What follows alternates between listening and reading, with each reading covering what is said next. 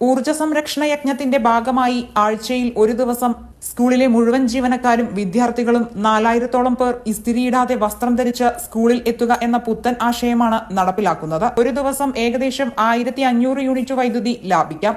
ഒരു വർഷം ഇങ്ങനെ തുടർച്ചയായി ചെയ്താൽ വൈദ്യുതി ഊർജ്ജം നമുക്ക് വളരെയധികം സംരക്ഷിക്കുവാനാകുമെന്ന കണ്ടെത്തലിനെ തുടർന്നാണ് പദ്ധതി നടപ്പിലാക്കുന്നത്.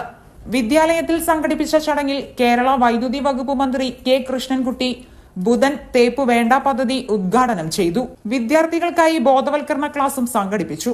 Municipal chairman C Muhammad Basheer അധ്യക്ഷത വഹിച്ചു.